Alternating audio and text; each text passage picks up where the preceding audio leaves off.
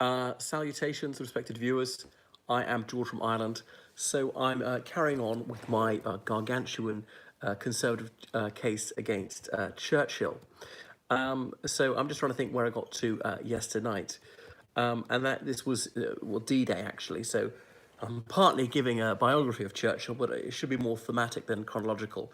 Not quite panned out that way, but this is the way I go. I often digress. So no more red herrings, please. I shall try and resist the temptation to veer off on a tangent. So Churchill is an iconic hero for many people, whether conservative or not. I remember in about the year 2000, there was this Greatest Britain competition where in the United Kingdom people debated who was the greatest British person of all time, and advocating for him was Mo Mowlam, who's a Labour politician. And those who castigate Churchill are usually leftists. And one of the main charges against him at the time was actually in this debate in 2000 was he'd opposed votes for women for some time. What else was brought up against him? Well, Rosie Boycott, that detestable Guardian leftist, saying, oh, he cited this quotation which she misquoted, that he opposed Gandhi being invited to negotiate with the Viceroy of India, saying, to see this seditious fakir of a type well known in the East striding half naked up the steps of the Viceregal Palace to parley on equal terms with the representative of the King Emperor is nauseating. And she said that was racialist. Well, it was disparaging about Gandhi, but I don't think it was racist. Anyway, so Churchill, one of the things that drives him is this wish to be a great man, was self-aggrandizement, which I submit is an unworthy motive. Now, by the time he was born in 1874, his family was well established as one of the leading families in the United Kingdom, but he had a bit of a chip on his shoulder about people who were grander than that still. He had been preceded by, well, an illustrious ancestor, the Duke of Marlborough, the first Duke. No one else had come near matching him in stature. His father being Chancellor of the Exchequer, certainly not bad, but, you know, hadn't got the top spot. Churchill wanted the top spot for his family to be Prime Minister. So there were sort of Johnny-come-latelys to national prominence, as he saw it, thinking in very long time scales, comparing himself to the Cecils, or should I pronounce it Cecils? So, well, they'd been at national prominence a century before the Churchill family. He didn't have these lace-ruffed ancestors in the 16th century who were courtiers. That stage, the Churchills were mere Wiltshire gentry. So, so he cringed before those whose pedigree was more impressive and established than his own. For example, you know, Lord Salisbury, like I said, one of the Cecils. So Churchill is today treated as though he's almost irreproachable, and I'm suggesting that he's not above criticism.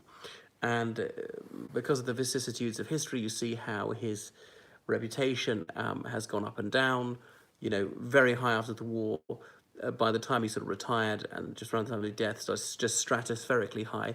Although, intriguingly, when he died in January 1965 in the Oxford Union Society, a motion was moved, I can't remember, some motion of sympathy, or was it to suspend the proceedings of the House in respect for the dead Churchill.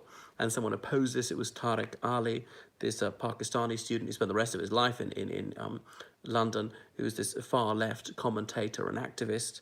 And he obviously detailed this litany of dreadful things that Churchill had done. What were the catalogue of crimes? Well, how would I put it? The case with the prosecution were things like, obviously, the Bengal famine, bombing of German civilian areas. I can't think. Well, just getting involved in the First World War at all, the RIC Special Reserve in Ireland, and on and on. So it took considerable guts to do that, but he wasn't held down, and I don't think there was a motion of censure against Tariq Ali either. Anyway, so Churchill had his apotheosis just after his death, and it's only perhaps in the more radical 70s when some daring far-left people along the lines of Tariq Ali began to reassess him in a serious way. There was that early 70s biopic, Young Winston, with Anthony Andrews in the title role, the chap who later played the Honourable Sebastian Flyte in that 1981 television drama series, Brideshead Revisited. So such are the vagaries of historiography, the way a person's reputation can be really sky high, and then they can be brought down into disrepute when we tend to focus on the uglier chapters of the person's life. So he had a drinking vice, and it's equally striking that he was a very good family man, which might surprise you.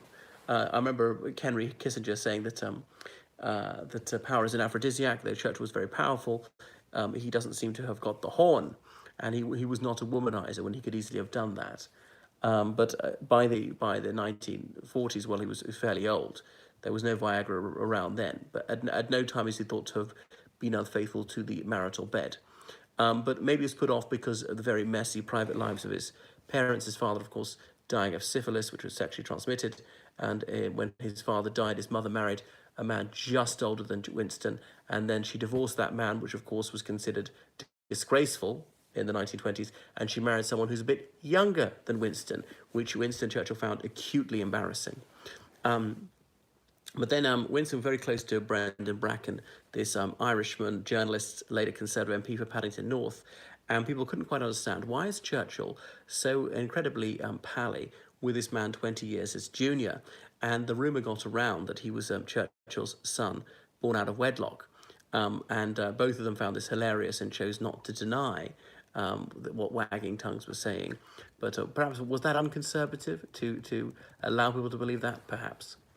Anyway, I was talking about the Second World War, and towards the end of the war, Churchill visited Moscow, met Joseph Vissarionovich Stalin, who was the General Secretary of the Central Committee of the Communist Party of the Soviet Union. As I said, Stalin was absolutely devilish in terms of the huge numbers of people he'd killed in peacetime in his own country, fought against independence movements, well, even in his own country, in Georgia, in Armenia, in Azerbaijan, in Kazakhstan, in any Central Asian state, and crushed the democracies in Latvia, Lithuania, Estonia, and sent these middle-of-the-road politicians off to the gulag. I don't think any of them emerged alive. Was horrendously cruel, deliberately starved millions of people to death, used torture on a very wide scale, so was using state terror. And in 1939 was worse than Hitler. I say that advisedly. Stalin was worse than Hitler in 1939.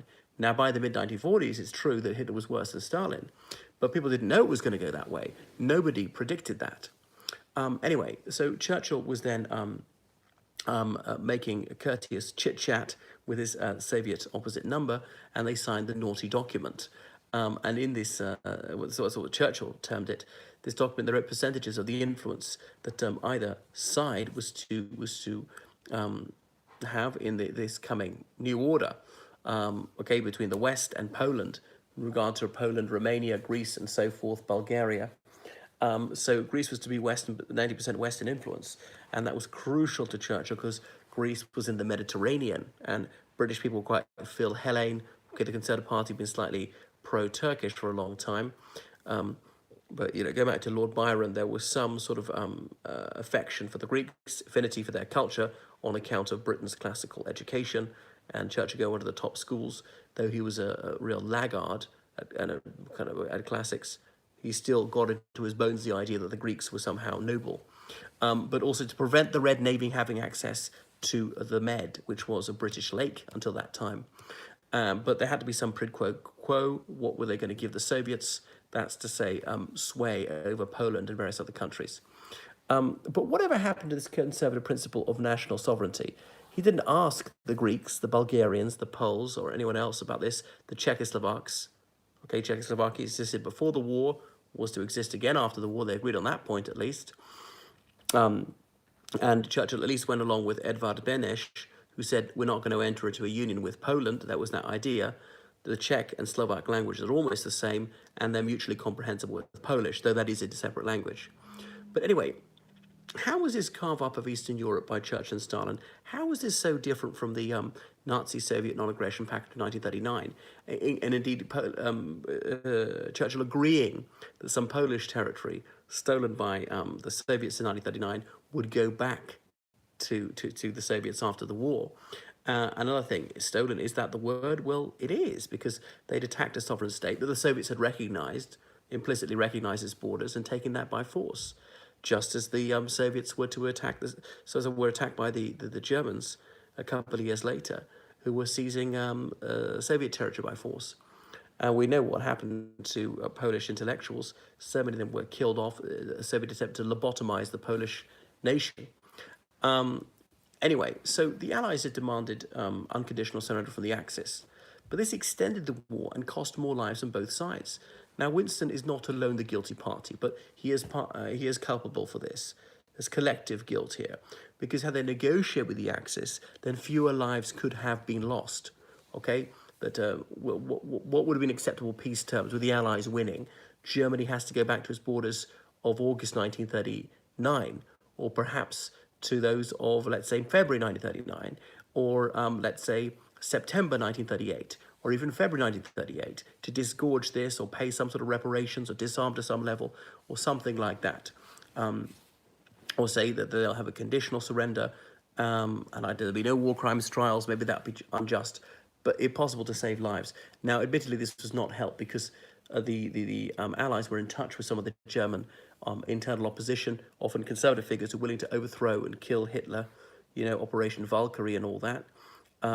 But some of them saying Ulrich von Hassel, some of the moderates, even Adam von Trott-Zusol, that Rhodes Scholar, as in he'd been to Oxford, that they didn't regard Poland and Czechoslovakia as legitimate states, didn't consider that these countries had any right to exist as independent nations, so they weren't willing to give that up. Even middle-of-the-road German people wanted at least Western Poland, at least the Sudetenland.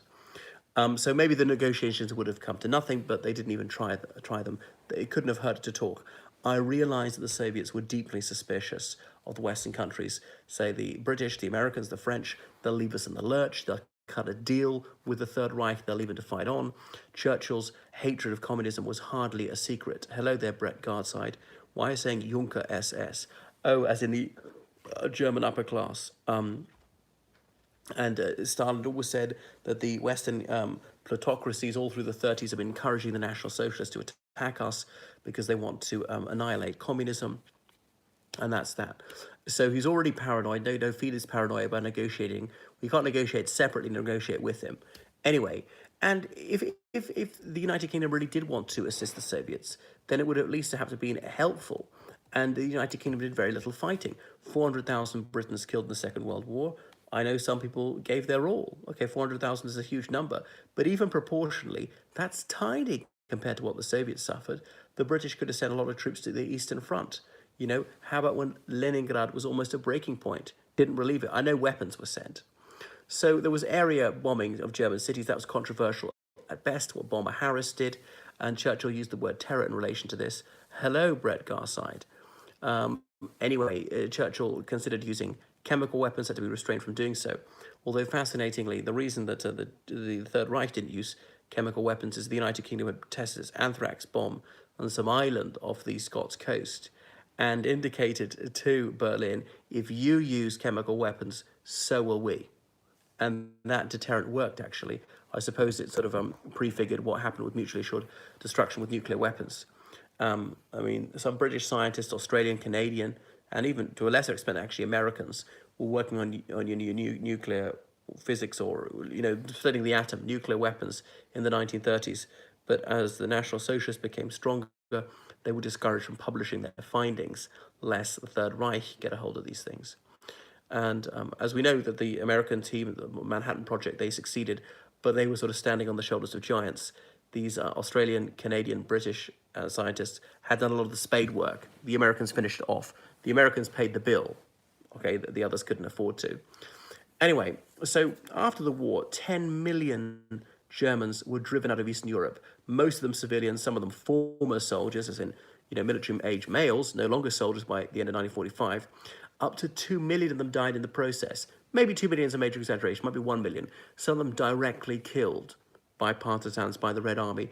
Others of them just driven out of their houses in the winter snow, died of exposure, things like that. Now Churchill agreed to the expulsion of people. Was that ethical? Was that humane to say, because of your ethnicity, you have to leave and walk goodness how many miles with no rations to a Germany which is wrecked, which can scarcely receive you? Now, the Poles and Soviets, my goodness, they had their reason for acrimonious feelings towards the Germans. They'd suffered abominably at German hands, not suggesting that most Germans were to blame even at the time.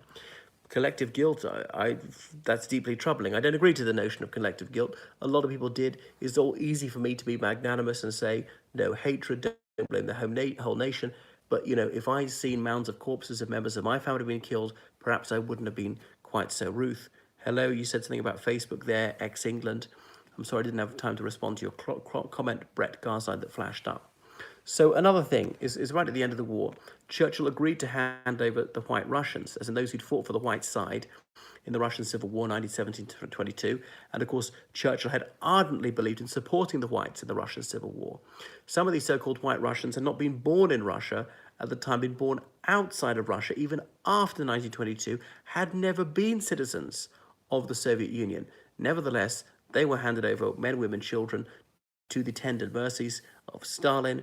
And when they got back, a lot of these men, they were beaten to a pulp, executed. If they were lucky, they spent decades of slave labor in the Gulag. What kind of anti-communist is that? What happened to individual justice? So that is appeasement of the worst kind. And they were terrified. They were pleading not to be sent back. You should read The Minister and the Massacres by Count Nikolai Tolstoy. Okay, so during the war, there was no principled advocacy of democratic principles by Churchill. Instead, when he spoke about the Soviet Union, he did so only in the most glowing terms. There was no legal or ethical principle that was vindicated by the war. I know some people have claimed that there was some ethical undergirding to his foreign policy. I don't see it myself. What is this principle which underlay his foreign policy outlook? Traditionally, Tories have been guided by furtherance of the national interest. Well, as I've I hope amply demonstrated, it very much redounded to national disadvantage. Remember the Liberals from Gladstone on, they were the ones who said, we'll have an ethical foreign policy. They resorted to operatics on foreign policy and claimed to be galvanized by morals. And Tories sort of made no bones about, okay, what's good for us? Well, going back to Palmerston, Viscount Palmerston, I know he's a Liberal, saying we have no eternal enemies and no perpetual friends. We have interests, only those are eternal and perpetual. Anyway, Victory in Europe Day, 8th of May, 1945, Churchill broadcast on the BBC radio, in which he excoriated ERA, that's now the Republic of Ireland, for not declaring war in Axis countries.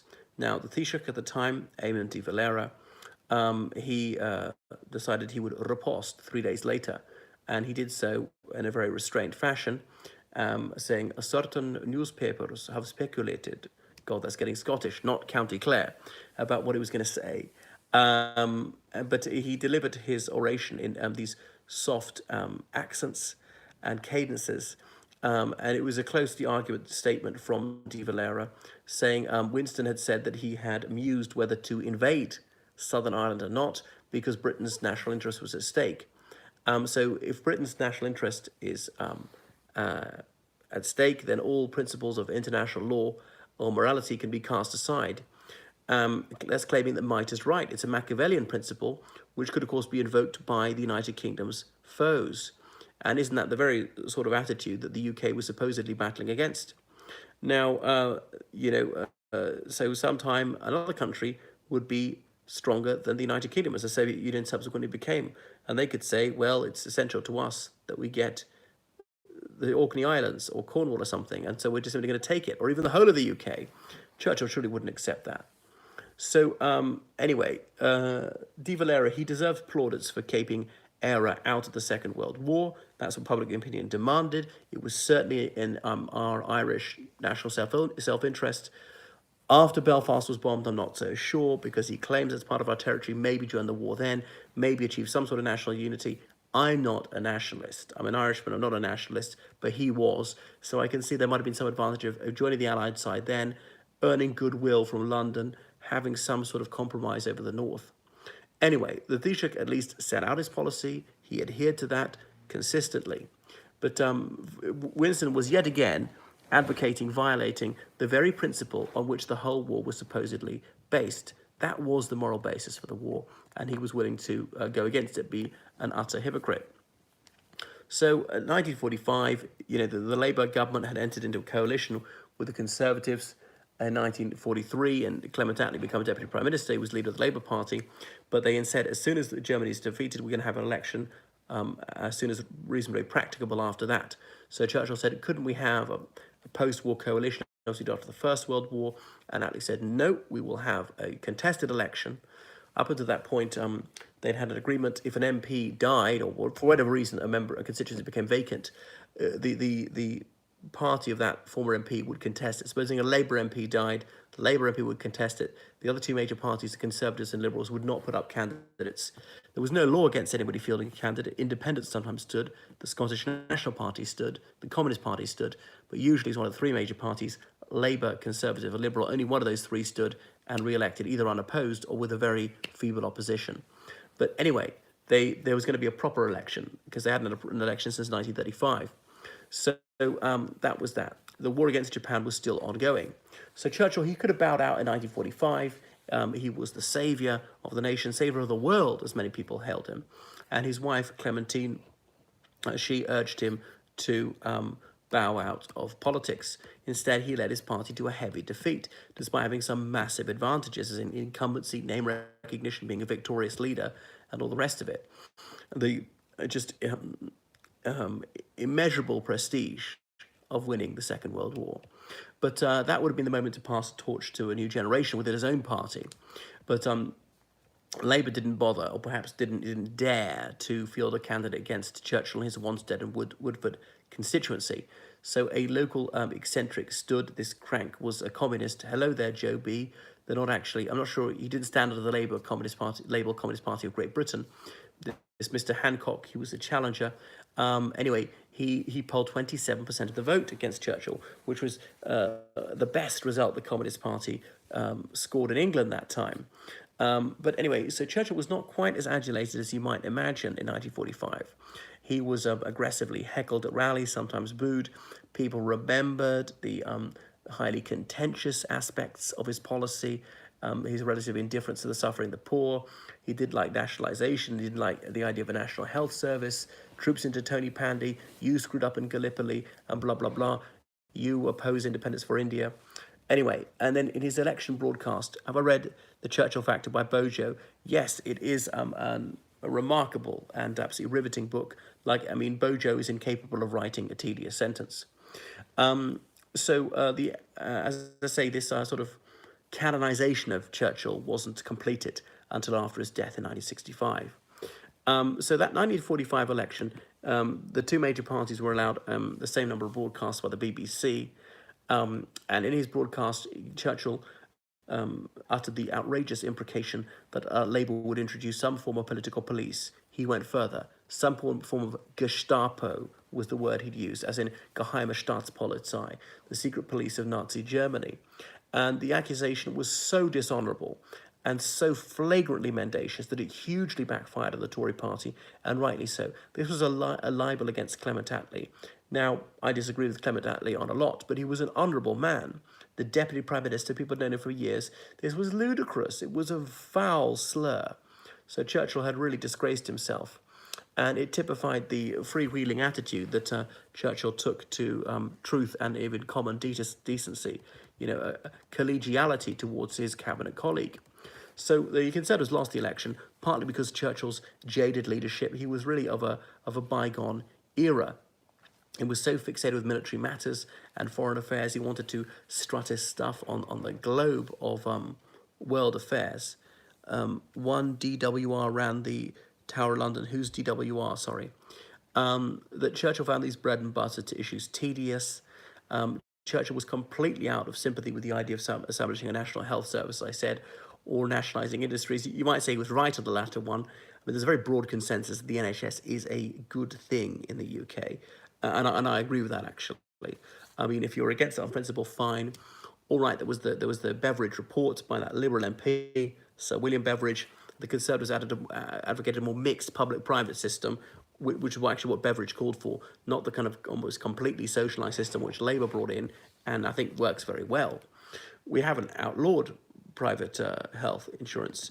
The 1st Battalion, Duke of Wellington's regiment. I didn't know that. Freemason, 1702 to 2006. I don't know what's going to do with Freemasons. But Churchill was, I suppose, in that regard, conservative and opposing nationalising industries and the NHS. But what did Churchill ever achieve in domestic politics? He brought in compulsory tea breaks and labour exchanges. None of these are particularly conservative things to do, even if they're praiseworthy. Probation for petty criminals, maybe a step forward. But again, that's not a especially conservative thing, being less tough on crime. He was a firm believer in the efficacy and justice of the death penalty, as indeed did Clement Attlee agreed. Plenty of Labour MPs, most Labour MPs agreed that. I mean, abolition of the death penalty had been briefly debated in the House of Commons in the 1930s, got nowhere. But anyway, Churchill was unwilling to face facts. And, you know, I think Lyndon Baines Johnson said the first rule in politics, you must be able to count. Obviously, count the votes, but also count money. The Britain's status after 1945 was hugely diminished. Its circumstances were diminished because of this very costly war. It cost a quarter of Britain's national wealth. And Roosevelt wrote to Stalin in 1943, after the war, England would be financially through for a very long time. Well, he was on the money. No, I haven't read Chastise, the Dan Buster stories. He just brought that up. So yeah, I alluded to this kind of thing earlier. Attacks on Germany, which were going to kill huge numbers of civilians, dehousing their civilian population so they couldn't work. You know, the attacks on Dresden in February 1945 after Germany was all but beaten. In fairness, we know Germany surrendered in May 1945. They didn't know that. The Germans were quite resilient. The war lasted another 3 months, could have been 4 months, could have been 5 months. And every day more people were going to die in concentration camps and so on. But anyway, FDR was absolutely correct when he said that Britain was going to be broke, was a creditor nation, was going cap in hand to Washington, D.C. as a supplicant. Look at the Bretton Woods Agreement. So Winston maintained these fantasies of imperial might and splendor, and they were from a previous epoch. And as a right-wing romantic, he was very susceptible to these delusions of grandeur. Didn't Churchill get paid handsomely by his Jewish well-wishers for setting up a homeland in Palestine, said Saif. I'm not aware of that. He was approved of the Balfour Declaration. He was in the cabinet at the time, was genuinely enthusiastic about Zionism. I don't think he was paid for it. I could be wrong. As I say, he was friendly with the Rothschild family, and Lord Rothschild had been an ally of his father in politics. He's certainly philo-Semitic. When his friend Lord Moyne, Winston Churchill's friend Lord Moyne, was murdered by Zionists in Egypt in 1944, he went somewhat the other way. But as I say, the original concept of a Jewish homeland from a British perspective might have been a dominion within the British Empire or a Jewish province within an Arab kingdom, something like that. It wasn't clear that it was going to be a completely sovereign state and that Jews would be the majority in Palestine or anything like that. There might be low-level Jewish immigration, which wasn't threatening to the Palestinians. Anyway, so, Churchill claimed there were the big three, the USA, the Soviet Union, and the British Empire, but the empire was fading fast, and within 20 years, the empire wouldn't be talked about at all. So this was the new dispensation. Churchill had done more than anyone else to bring it about. Like in 1937, Neville Chamberlain had estimated the British Raj in India would last till 1980. Of course, we know it lasted like 1947. Had there been no war, it would have lasted considerably longer. He explained it using a dog in the manger terminology. I didn't know that, Saif. So the United Kingdom ended up as, begging on Wall Street. So Churchill fulminated against Indian independence, but all right, the old curmudgeon did agree that the Tory peers would not delay the India Bill in the House of Lords, because when that was passed to grant Indian independence, the Conservatives could have delayed it by up to 2 years, and they chose not to. It was a Salisbury Convention. It was in Labour's manifesto to expedite Indian independence, and of course that was done. So, and Churchill had agreed to this grudgingly in principle in the middle of the Second World War. So Winston defined appeasement as feeding the crocodile in the hope that will eat you last. Now, it was deeply unfashionable to say this, but appeasement sometimes works. Appeasement, okay, let's choose a less pejorative word for it. Reconciliation, peace, compromise. It can be an honourable compromise. You can't get everything you want. Are you going to go to war over every trifling disagreement? It would be wrong-headed to oppose appeasement in principle. Thank you. Gosh, you're an encyclopedia of knowledge. Well, only on certain subjects, philology and history and things of that nature. The humanities. I'm a humanities geek. So that's what I said. A prettier word for appeasement is compromise. It's reasonableness. Hello there. straight white British Protestant. Why do you emphasize the fact that you're straight? Is that over protestation? Theology I don't know a great deal about, only Christian theology somewhat. So did Churchill appease other governments? Well, you bet your life he did. So who was party to the Treaty of Lausanne in 1922 when the Entente, they caved into the Turks? Do you think we're going to have a general election? Well, I was speaking to a chum who's a political expert. Well, not next month, but before it's scheduled, definitely. It's only scheduled for 2.5 years. It's a racing certainty it'll be sooner than that. Could be 6 months from now, could be 18 months from now, but it will be a bit early. Anyway, so the British and French, they caved into the Turks over the Chanak crisis. That's October 1922. There's a British garrison at Chanak, Turkey. We now call it Çanakkale, that was surrounded by Ataturk's troops. Remember, the Turks were fighting the war of national salvation against the Greeks, booting the Greeks out of Anatolia. And the British were allowed, under the Treaty of Sèvres, signed only 2 years earlier, to keep that base permanently. And the Straits of the Dardanelles were demilitarized. Turks not allowed to build any defenses there, and the Turkish army surrendered them, coming close to war. What are you going to do? Okay, the Turks are breaking it, threatening us. Should we go to war against them? That you could have done that and be upholding the treaty, but no, the British public was absolutely war weary. They were sick of fighting. They just wanted peace. Turkey, we don't care about Turkey. We don't give a damn about Chanak. So the British and the French backed down. They negotiated in Lausanne, Switzerland, and the British army was allowed to evacuate Chanak, taking its weapons, and the UK renounced any right to keep bases anywhere in Turkey.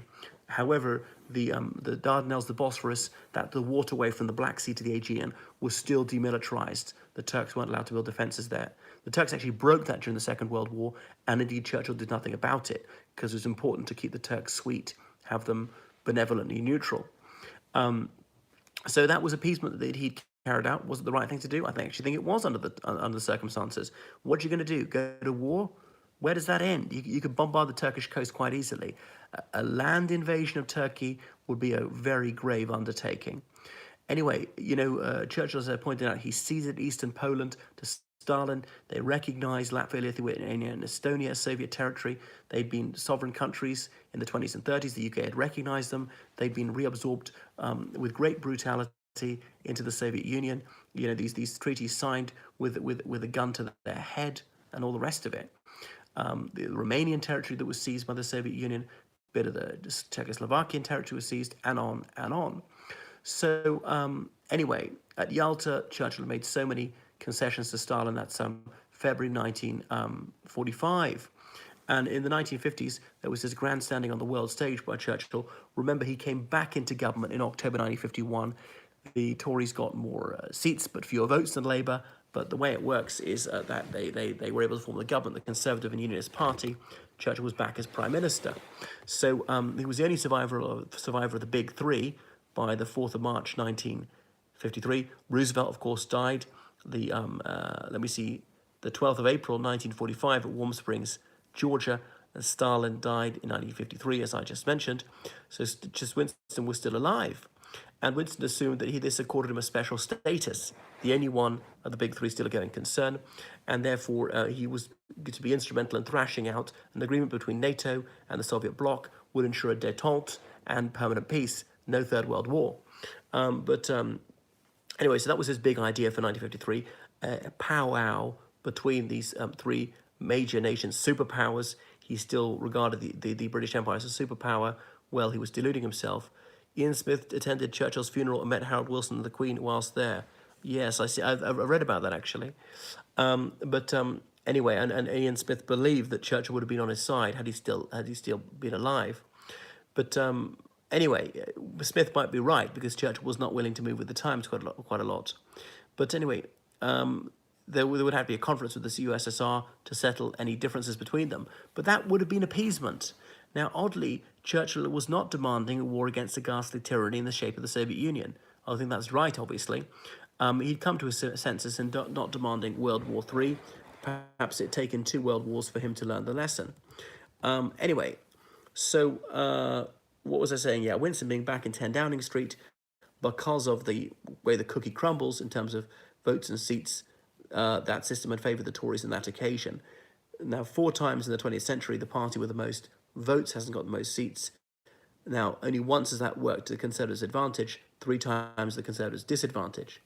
So Winston, back as First Lord of the Treasury, of course he was in failing health, but people didn't know about it, his relative infirmity at the time. He was regularly capable of discharging his prime ministerial functions. He was afflicted by a stroke, and his son-in-law, Soames, forged his signature on official documents. A patriot would have recognised his duty. You're no longer capable of executing your functions as the Queen's First Minister.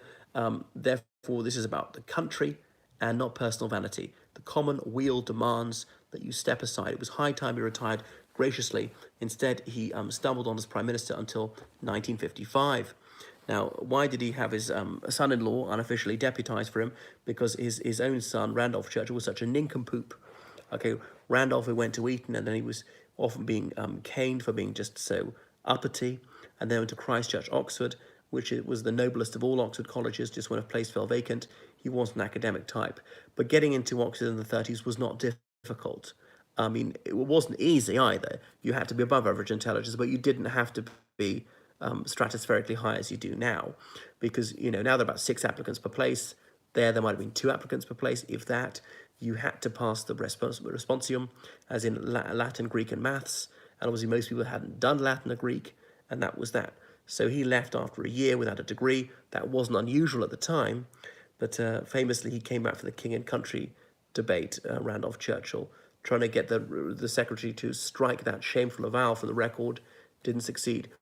February 1933, the Oxford Union Society, the debating society of Oxford University, debated the motion that this House would, under no circumstances, fight for king and country. So these boys, and there was an all-male society saying, we would never fight, no matter what the situation, we would never, ever fight. So sickened by war from the First World War, these guys, they would have been little children at the time the First World War ended, but that was their attitude.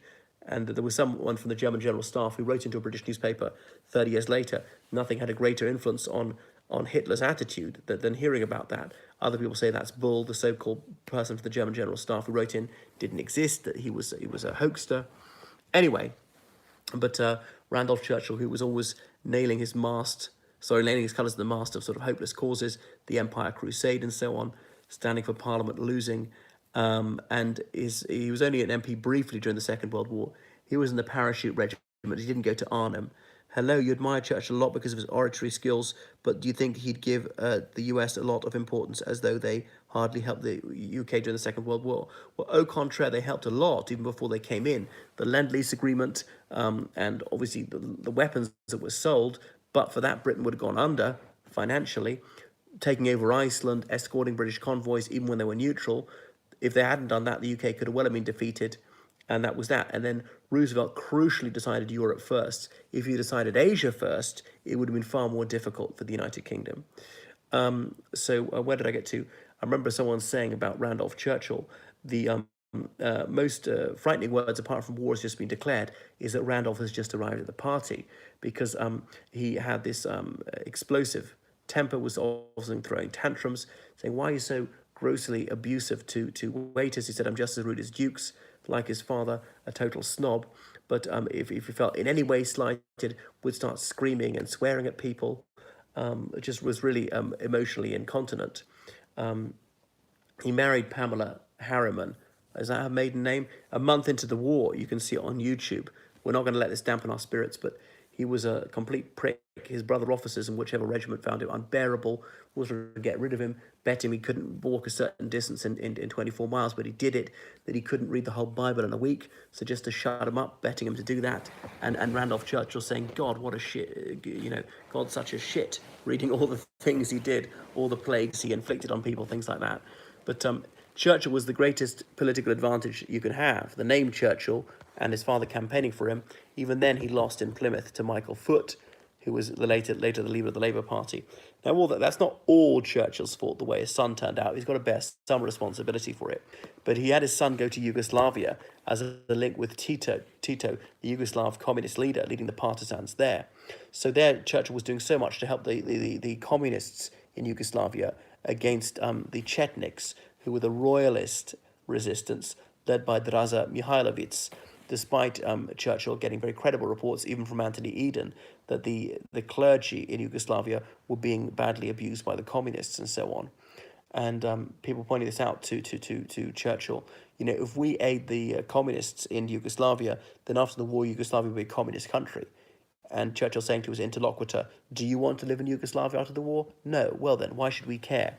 So there he is actively advancing the communist cause. Now, I suppose you might say, well, needs must when the devil drives.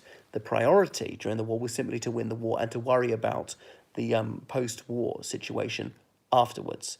Because if you don't go all out for victory, then you won't have this post-war situation to worry about, because you'll be dead or you'll be conquered or something like that. All right. So what else? So 1952, insurrection erupted in Kenya just after the Queen succeeded. The British Army, both black and white, the King's African Rifles, they fought against the Mau Mau insurgents. The conduct of the Crown Forces was sometimes bad, and just occasionally it was unspeakable. Such villainy was known to Churchill, as cabinet records show, and Churchill did not suffer qualms of conscience about this. Churchill is not the moral titan of the century that he's cracked up to be. He seemed to regard the Kenyans as little more than a convocation of savages. Sir Kenneth O'Connor, an Irish judge, was sent out there, and he presided over these very swift trials of dubious justice, after which people were hanged, Camp Hola, some people were severely beaten up, some people beaten to death. Occasionally men were castrated. Now, I know that's a tiny, tiny fraction of those who were interned, but it should be nobody should suffer that appalling mutilation. Idi Amin did indeed fight in that war, as the comment said. So Churchill was a fairly popular prime minister, partly because of his relentless evangelizing for the Churchillian cause. He was an indefatigable self-publicist. His books were already in print by the time he was there, and the press was often lauding him. And in a time the Churchillian cult got into the cinema, into educational textbooks.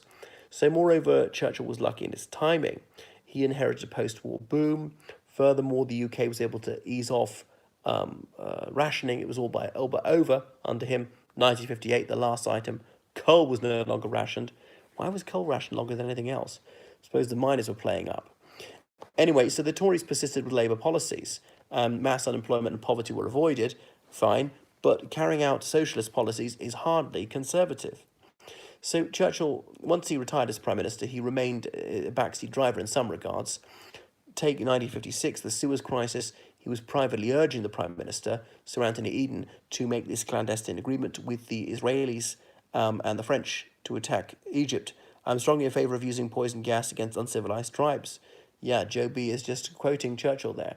But anyway, we know the attack on Egypt was a diplomatic debacle and really almost sundered the Atlantic Alliance, on which Churchill placed such an emphasis. So it very much set the cat amongst the pigeons, that attack on Egypt. The UK has never been as unpopular as it was in 1956. In the United Nations, the only countries that voted for Britain were South Africa, Belgium and Australia. All the rest against. I mean, apart from obviously the UK's partners in crime. So that was the Suez Caper. Anyway, if maintaining the empire was Churchill's life's work, he did a remarkably poor job of it. Granting India independence was not his doing, but he did very reluctantly consent to it. But in the 1950s, he could have set his face against further concessions to nationalist sentiments in the colonies. But under Churchill, Malaya began to take steps towards independence. Might have been a wise and apt thing to do, but it certainly wasn't. Imperialist, and he was supposedly this diehard imperialist.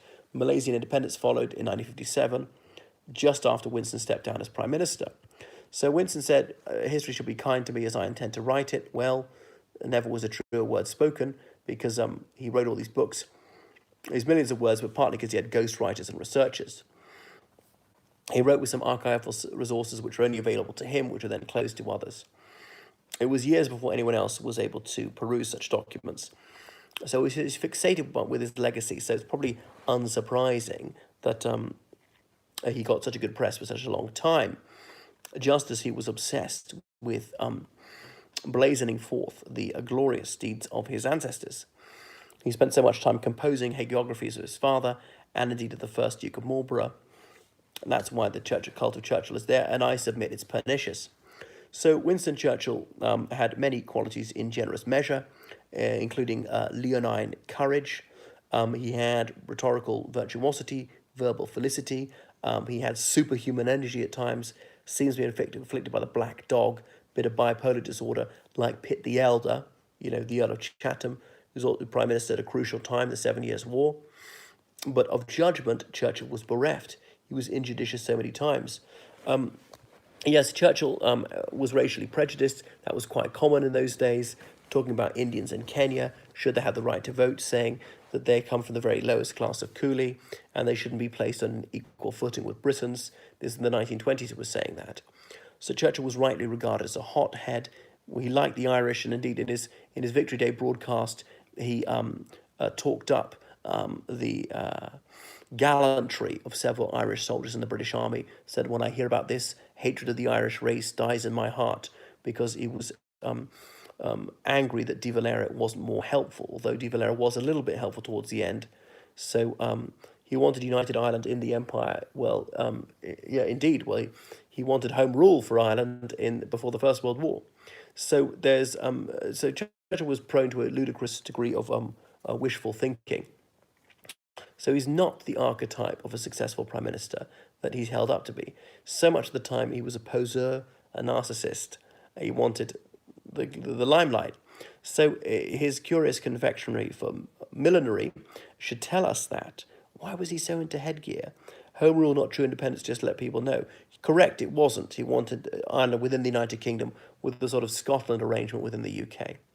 So Churchill was not actuated by a disinterested desire to serve the public. He seldom acted in consonance with conservative principles. He often failed to halt the advance of liberalism and socialism, and he sometimes actively advanced their agenda, as I have adumbrated heretofore. He badly wanted the United States in the Second World War, yes, because he was pretty soon aware there's no way the UK could win.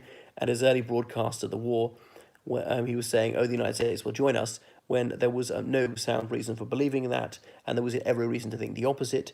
Joseph Kennedy, the US ambassador at the court of St. James, was writing back these very gloomy bulletins to President Roosevelt, saying the British are finished, they're going to lose the war, they'll throw in the towel. And some people say this showed some anti-British prejudice on his part. I don't think that's true. That was really a sensible and objective judgment.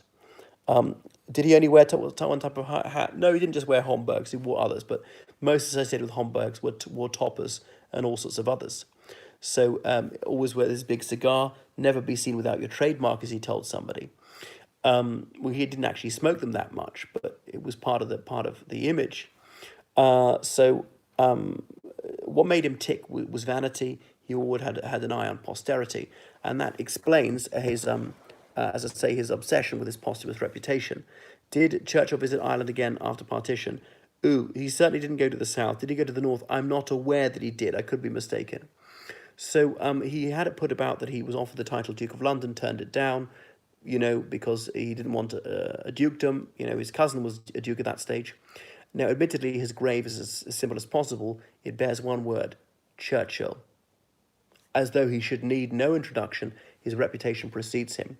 But is that not false modesty? And it's a small one. It's not a huge mausoleum or anything. And I've been to it in that graveyard beside Blenheim Palace.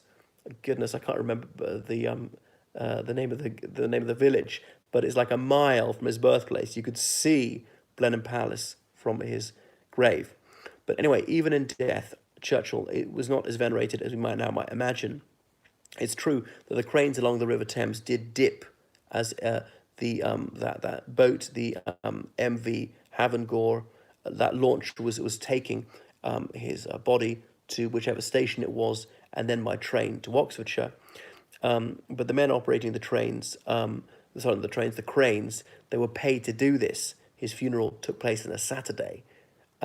If these men really admired Churchill, they would have done so pro bono. And if they didn't like him, they shouldn't have done it at all, even though they were offered money. They're mostly trades unionists, and he was regarded as an enemy of the trades unions. So scarcely a year goes by in which a documentary or a biopic doesn't come out about Churchill, and these are uniformly flattering of him. It'd be far more intriguing honest and brave to put on a film about him which emphasizes his debilities, his foolish decisions, even his immorality, show him warts and all, not just his heroic flaws. He sometimes espoused conservative values. Deep down, did he ever believe them? That's dubious, because it was really about self-advancement, getting up the greasy pole. Would Michael Collins have joined the Allies in the Second World War had he not been assassinated? That become big what if. My goodness, well, that's really counterfactual history. I mean, assuming he'd been Taoiseach at the time, well, public opinion would have been against it, so probably not. If he's off at the north, then, just maybe, especially if it was clear the Allies were winning. So, but no Conservative should hold up Churchill as an incarnation of conservative values. So please follow me on Twitter, on Facebook, and indeed on Instagram. You can donate to me on PayPal, George Callaghan at gmail.com. So George Callaghan 79 at gmail.com. And what else? Arrange lessons with me in all sorts of subjects, all humanities subjects, or indeed arrange a guided tour of London with me. Direct message me. Thank you so much. Good night and God bless. Straight, white, British Protestant. Good night, Robert Emmett.